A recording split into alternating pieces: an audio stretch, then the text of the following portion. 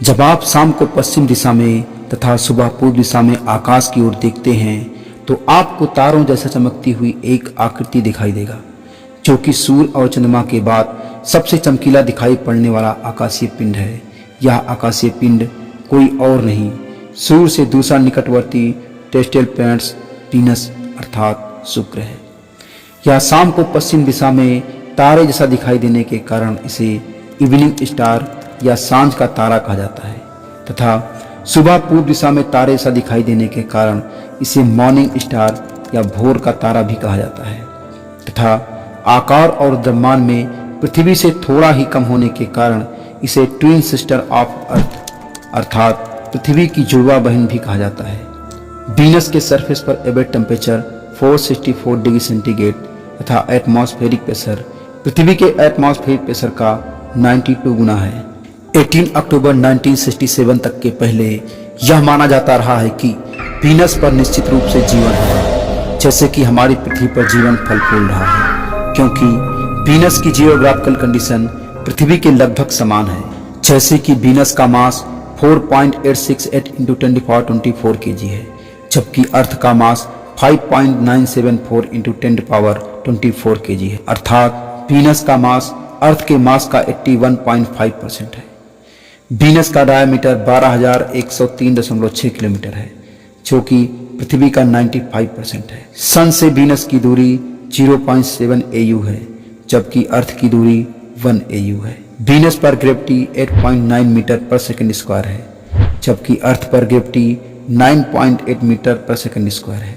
Venus का density 5.243 ग्राम पर centimetre cube है, जबकि अर्थ का 5.513 ग्राम पर सेंटीमीटर क्यूब है।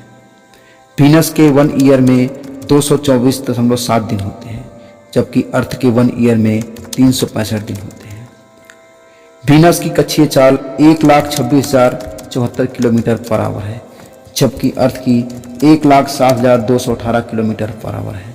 वीनस का वॉल्यूम 928.4 × 10⁻9 किलोमीटर क्यूब है, जबकि अर्थ का 1.083 × 10⁻12 किलोमीटर क्यूब है। वीनस पर 96% carbon dioxide, 3.5% nitrogen and 0.5% other gases हैं, जबकि अर्थ पर 78% nitrogen, 21% oxygen and 1% other gases हैं। और पृथ्वी के समान वीनस के दिन और रात के टेम्परेचर में कोई अंतर नहीं है। ये सारी चीजें मरने 2 मिशन के भेजे जाने तक ज्ञात हो गई थी। मरने 2 वीनस के लिए पहला सक्सेसफुल फ्लाई बाय मिशन था, जिसे वीनस के वायुमंडल को ऑब्जर्व करते हुए उसके करीब से गुजरते हुए मरकरी तक जाना था। मरने 2 को नासा ने 27 अगस्त 1962 को लॉन्च किया था, लेकिन 18 अक्टूबर 1967 को यूएसएसआर का वेनेरा 4 स्पेसक्राफ्ट पहली बार वीनस के एटमॉस्फेयर में एंटर किया। वीनस का एटमॉस्फेयर ऊपर से देखने में तो बहुत डेंस था, पर उस डेंस एटमॉस्फेयर के नीचे जीवन की असीम संभावनाएं तलाश की जा रही थी। यह ग्रह हमारा अगला ठिकाना होने वाला था, क्योंकि ऊपर से देखने पर वीनस का आकार, मास, डेंसिटी तथा एटमॉस्फेरिक कंपोजिशन लगभग अर्थ के सिमिलर था। इस वजह से वैज्ञानिकों को लग रहा था कि उन्हें नीचे अर्थ जैसे दूसरा जीवित ग्रह रीडिंग मिलेगा, और वेनेरा 4 जैसे से नीचे जा रहा था वैसे ही रीडिंग मिल रही थी। वीनस की सतह से करीब 52 किलोमीटर ऊपर स्पेसक्राफ्ट के कैप्सूल का पैराशूट खुल गया और वह उस ग्रह से रिलेटेड डाटा जैसे कि प्रेशर, टेम्परेचर भेजने लगा। अगले कुछ मिनट तक वहाँ टेम्परेचर 33 डिग्री तथा प्रेशर लगभग एक बार ही रिकॉर्ड किया जा रहा था, जो कि लगभग अर्थ के सिमिलर था। यह एक पॉजिटिव साइन था, लेकिन जैसे से प्रोब नीचे गिरता जा रहा था वैसे वैसे उसके द्वारा फेस किए जा रहे प्रेशर और आसपास का टेम्परेचर बढ़ता जा रहा था। वीनस की सरफेस से लगभग 26 किलोमीटर ऊपर से भेजी गई रीडिंग में प्रोब ने लगभग 262 डिग्री सेंटीग्रेड का टेम्परेचर तथा 22 बार प्रेशर रिकॉर्ड किया गया था, जो कि उसके रजिस्टिंग डिजाइन से काफ़ी ज़्यादा था। और अचानक हाई प्रेशर के कारण प्रोब सतह से लगभग 24.9 किलोमीटर ऊपर ही फट गया, और तभी वैज्ञानिक समझ गए कि जिस ग्रह के बारे में वो जीवन की आस लगाए बैठे थे वह जीता जागता नर के समान है। वीनस पर इतना हाई प्रेशर एंड टेम्परेचर होने के कारण आज की टेक्नोलॉजी से भी इस सतह पर लैंड कर पाना लगभग नामुमकिन है, लेकिन उस समय रशियन वैज्ञानिकों ने इतने हाई प्रेशर और टेम्परेचर में इतने लिमिटेड टेक्नोलॉजी के साथ वीनस की सतह पर सेफ्ली लैंड करके दिखाया था और एक इतिहास रच दिया। उस समय यूएस तथा यूएसआर के बीच कोल्ड वार के चलते दोनों स्पेस साइंस के क्षेत्र में कंपटीशन कर रहे थे और एक दूसरे से कुछ बेहतर करने की होड़ में लगे थे। अतः जहां पर नासा ने वीनस के एटमॉस्फेयर का अध्ययन करने के लिए मरने ट्यूब भेजा था, जिसको वीनस के पास से ही गुजरते हुए मरकरी तक जाना था, वहीं पर यूएसआर ने वीनस के पास से गुजरने का नहीं बल्कि वीनस की सरफेस पर सेफली लैंड करने का प्लान बनाया और वहां का डाटा पृथ्वी पर ट्रांसफर करने की योजना बनाई ताकि वह यूएस से 2 कदम आगे हो।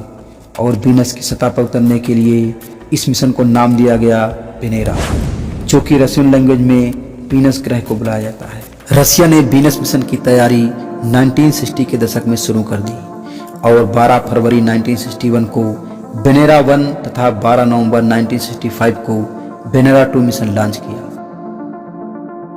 यह एक इम्पैक्टर तथा दूसरा फ्लाई बाय मिशन होने वाला था, लेकिन दोनों मिशन कम्युनिकेशन फेलियर तथा टेलीमेट्री इशू फेस करने के कारण लॉन्च होने के कुछ ही मिनट बाद धरती से डिस्कनेक्ट हो गए और ये दोनों मिशन फेल हो गया। अतः वेनेरा 3 की डिजाइनिंग चेंज किया गया और इसे वीनस के सरफेस पर उतारने का प्लान बनाया गया, लेकिन कुछ प्रॉब्लम की वजह से वेनेरा 3 की इनिशियल ट्रैजेक्टरी गड़बड़ा गई।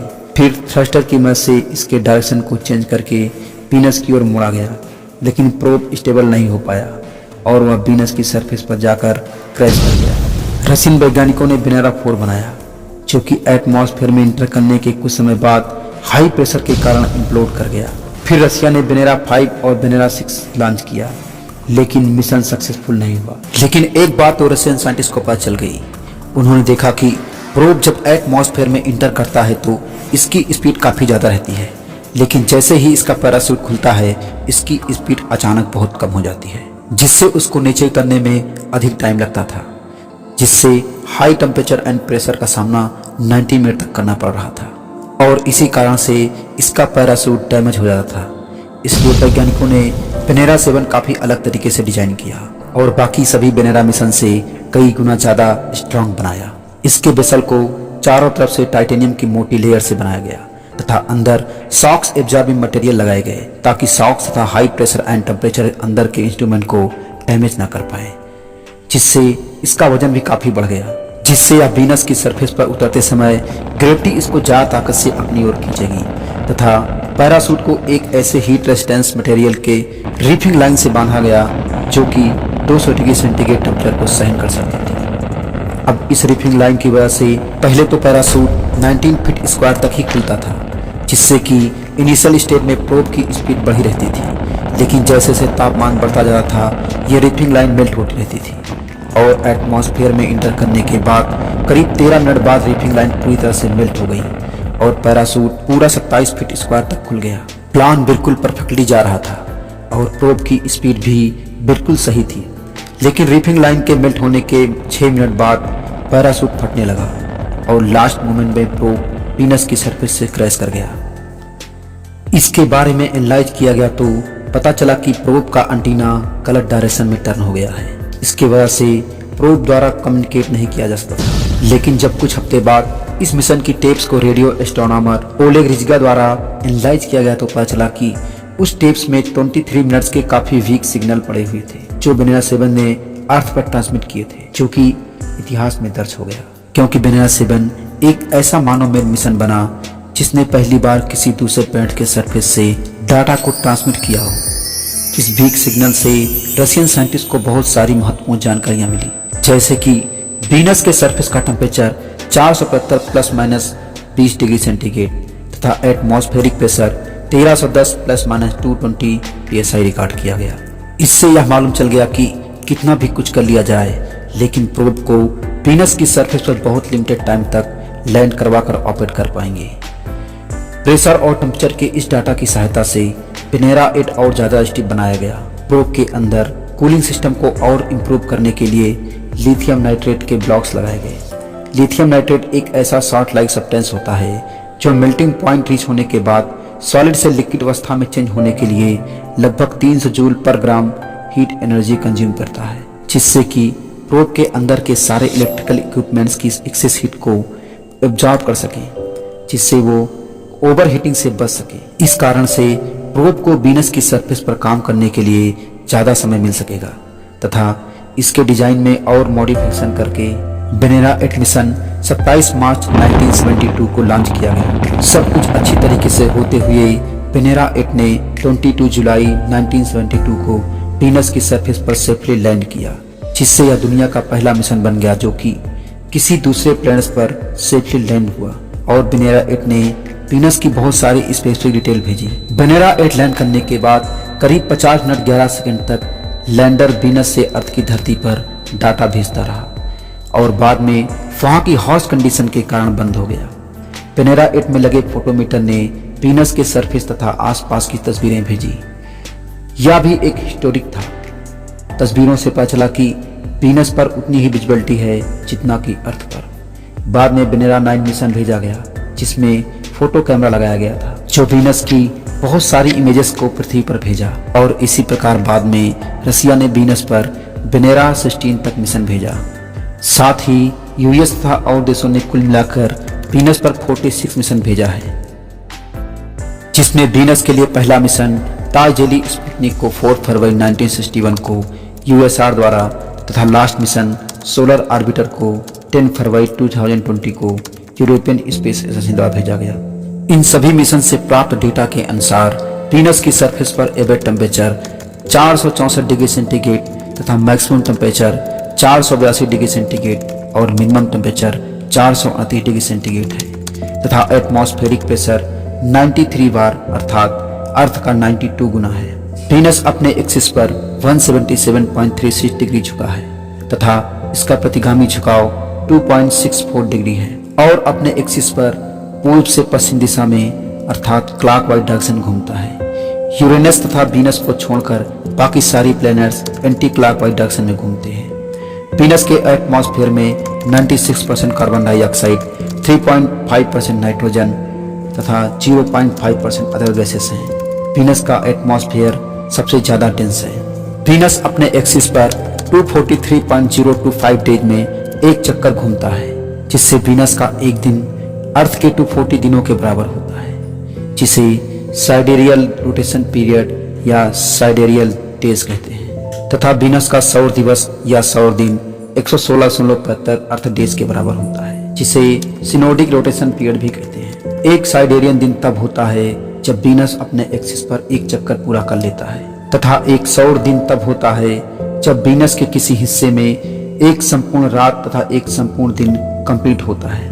वीनस सन के चारों ओर घूमने के साथ साथ अपने एक्सिस पर घूमने के कारण 116.75 अर्थ डेज में ही किसी हिस्से पर एक सौर दिवस पूरा हो जाता है। वीनस पर ग्रीन हाउस इफेक्ट के कारण टेम्परेचर में कोई चेंजेस नहीं होता है तथा इसके ध्रुवों पर और इक्वेटर पर टेम्परेचर लगभग समान होता है। हमारी पृथ्वी की तरह वीनस भी 3 भागों से मिलकर बना है, कोर, मेंटल एंड क्रस्ट। तथा मरकरी की तरह वीनस का भी कोई प्राकृतिक उपग्रह अर्थात चंद्रमा नहीं है। वीनस अपने धीमे घूर्णन के कारण गोलाकार के करीब है। यह सोलर सिस्टम का तीसरा सबसे छोटा प्लैनेट है। वीनस की सरफेस का लगभग 80% भाग चिकने ज्वालामुखी मैदानों से ढका हुआ है। वीनस पर 2 ऊंचे महाद्वीप हैं, एक ग्रह के उत्तरी गोलार्ध में और दूसरा भूमध्य रेखा के ठीक दक्षिण में स्थित है। उत्तरी महाद्वीप को बेबीलोनियन प्रेम की देवी ईसर के नाम पर ईसर टेरा कहा जाता है तथा दक्षिणी महाद्वीप को ग्रीक पौराणिक प्रेम की देवी एफ्रोडाइट के नाम पर एफ्रोडाइट टेरा कहा जाता है। वीनस का मैग्नेटिक फील्ड अर्थ की तुलना में काफी कमजोर है, जिससे सोलर विंड सीधे बाहरी वायुमंडल के साथ संपर्क कर रही है, जिससे हल्के वाले अणु जैसे कि हाइड्रोजन, हीलियम, ऑक्सीजन का क्षरण हो रहा है तथा भारी अणु वाले जैसे कि कार्बन डाइऑक्साइड के बरकरार रहने की अधिक संभावना होती है। इसीलिए वीनस के एटमॉस्फेयर में 96% कार्बन डाइऑक्साइड पाया जाता है। वीनस का नाम रोमन प्रेम की देवी वीनस के नाम पर रखा गया है। वीनस का अर्थ की कक्षाएं सौर मंडल के किसी भी 2 ग्रहों के बीच सबसे निकट है, इसलिए पृथ्वी के सबसे निकट ग्रह वीनस है। सितंबर 2020 में वैज्ञानिकों ने वीनस के एटमॉस्फेयर में फास्फीन गैस का पता लगाया, जो कि अर्थ के अलावा किसी दूसरे प्लैनेट्स पर जीवन की संभावना का विश्वसनीय प्रमाण है।